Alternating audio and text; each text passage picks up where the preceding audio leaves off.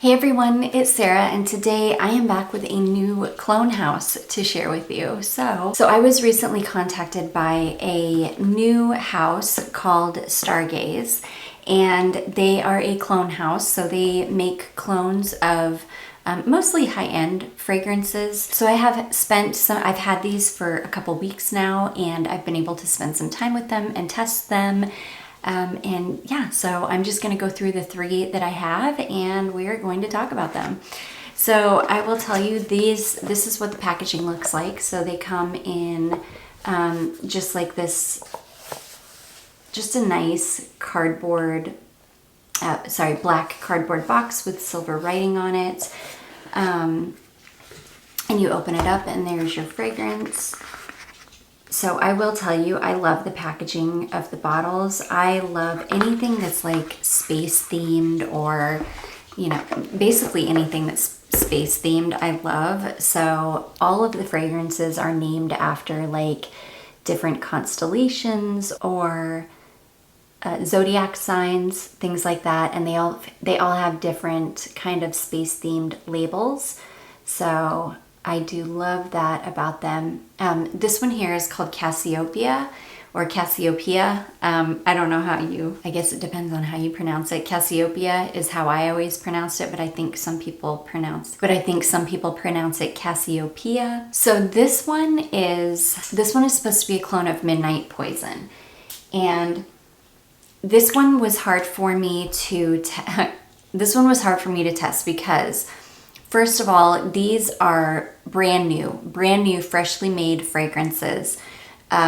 It's been my experience in the past with most clone houses that fragrances really need to rest. They need a good couple months to sit and rest and macerate before you can really judge a fragrance like this. It really needs to sit and macerate. I have not allowed mine to sit and macerate. Now I have sprayed all of mine, which has introduced oxygen, which will help in the maceration process.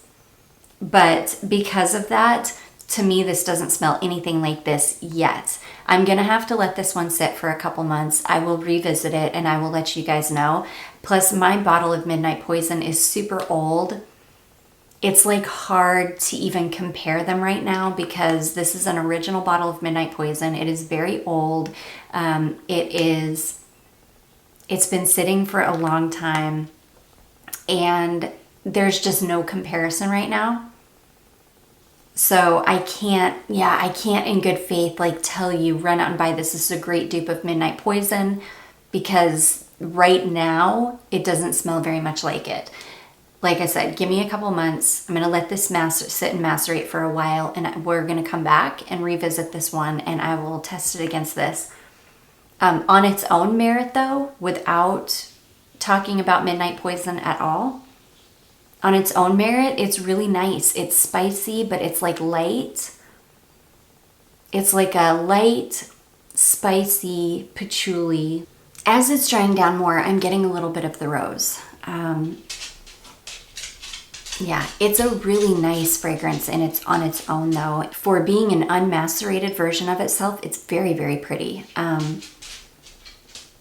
I do really like this one and I am excited to see what these are going to be like. I'm going to give them a couple months. I'm going to put them in a dark cabinet back here. I'm going to let them sit for some months and then I'm going to revisit these. And I have a feeling it's going to be very different, but even not being macerated just on its own, it's nice. It's a very warm, dark rose and patchouli, but the patchouli is very light. It's not too heavy. It's not a hippie patchouli. It's really, really nice. It's very warm. This one is mixing really, really well with my skin chemistry.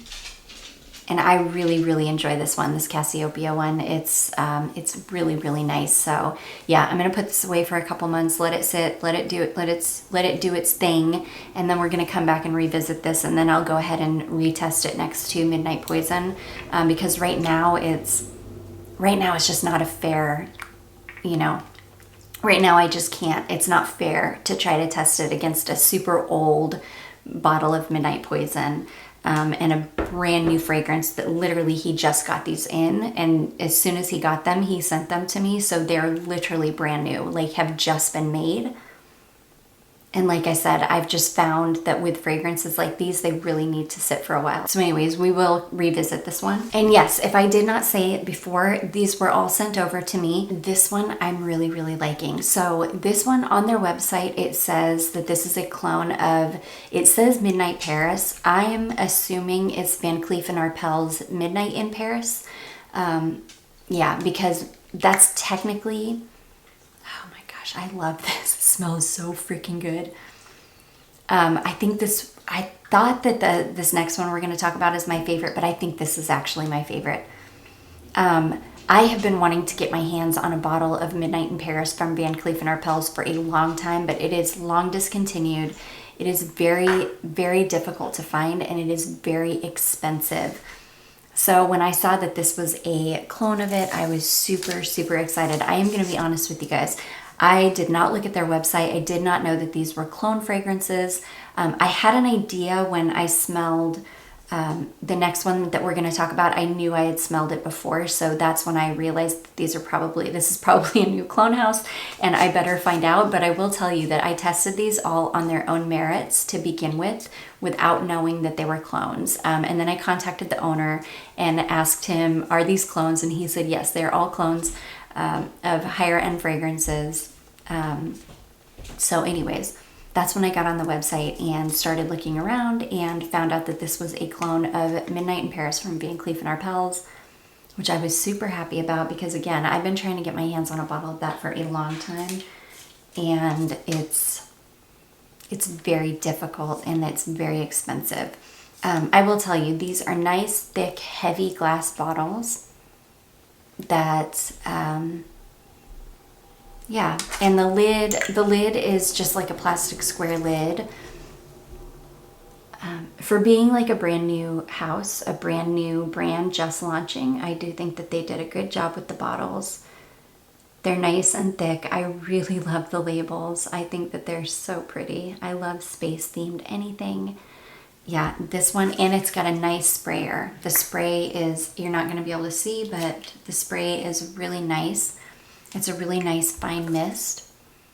Now, this one is going to be incredibly unisex. This is for anybody. It doesn't lean masculine, it doesn't lean feminine. I love this one because it's citrusy, but it's got vanilla in the base. So it's almost like this creamy citrus. Oh my gosh, like this beautiful, like slightly masculine leaning, very slightly masculine leaning, like creamy citrus. I really, really love this one. It's funny, I thought that I liked this next one better, but the more that I've played with these, I'm like, I am in love with this one. It's so good. So anyways, that one is called Orion. And again, that is a clone of, I believe, Van Cleef & Arpels Midnight in Paris.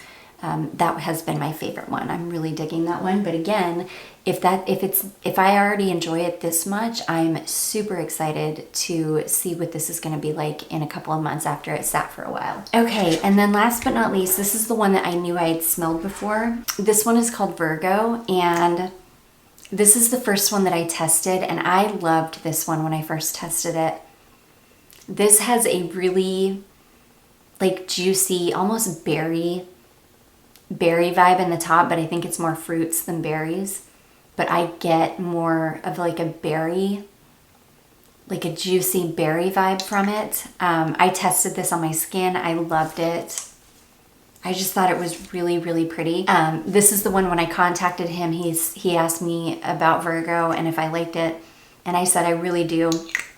And that's when he told me this is a clone of Viktor and Rolf Bonbon, which I have a decant of Viktor and Rolf Bonbon that I decanted before I sold my full bottle. But I just got a sample of Bonbon with an Ulta order. So even though I've already tested this against the original, we'll go ahead and do it now. So I really like Bonbon. My only problem with Viktor and Rolf Bonbon with the real one is that it doesn't last on me at all. I get like maybe 2 hours out of it and then it's completely gone.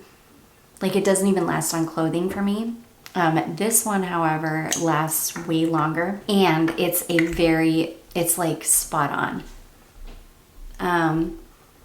There's maybe the very slightest bit of difference in the top, which whenever you're cloning fragrances, the top notes are always the hardest to clone. It's always the hardest thing to get right. The dry down is usually when it really comes together and really starts to smell just like it. And that's basically this. It smells just a hair different in the top. This one smells a little bit more, it almost has a little tiny bit more of a sharpness to it than the original, but it's so minuscule you would not be able to tell the difference. Yeah, you really can't. And in the deep dry down, they smell almost exactly the same, and this hasn't even had any time to sit. So if it smells that close and it hasn't even sat for that long, I can only imagine when this one is able to sit for a couple months and really macerate and do its thing. I think it will really, really smell like it. It already does. This is the one that I thought was the closest clone, only because it's the only one that I was really able to test. The Midnight and Poison, like I said, I don't think is, or the Midnight Poison one, I just didn't feel like it was a fair test yet. This one though is like, it's pretty freaking spot on. It's pretty dead on. So I, for one, am one of those people that I feel like we can never have enough clone houses because they're all cloning different fragrances. I really appreciate it more when they clone fragrances that have been discontinued, so that those of us that were never able to pick up a bottle of the original because it's gone can at least buy a clone for it. Those are the ones that I appreciate the most. But I also appreciate just clones in general because I feel like it makes fragrances accessible to people that it maybe wouldn't have been accessible to, before because of the price point or whatever. Especially with fragrances like this. This is Viktor and Rolf Bonbon. That's part of my beef with this is it's very expensive. Like the smallest bottle of it is over $80, and for a fragrance that you're going to get like 2 hours out of and it cost you that kind of money, like, people working minimum wage jobs can't afford fragrances like that, and they can't afford fragrances that they're going to have to reapply every 2 hours, and they're going to run through a bottle of it because that's the only perfume that they have in their collection because they absolutely love it, but they, are having to buy an $80 bottle of perfume every 2 months because they have to reapply it every 2 hours. That's why I appreciate clone houses. You can buy something for $50, $49. It's going to perform way better. It smells almost exactly the same, and it's way more accessible as far as the price goes. So yeah, that's why a lot of people have beef with clone houses. I get it, but I don't, and that's the reason why I don't. So anyways, I do hope that you guys enjoyed this one. I hope that it was helpful for you. If you did, don't forget to give it a big thumbs up. Don't forget to subscribe before you leave, and I will see you guys in my next one. Bye.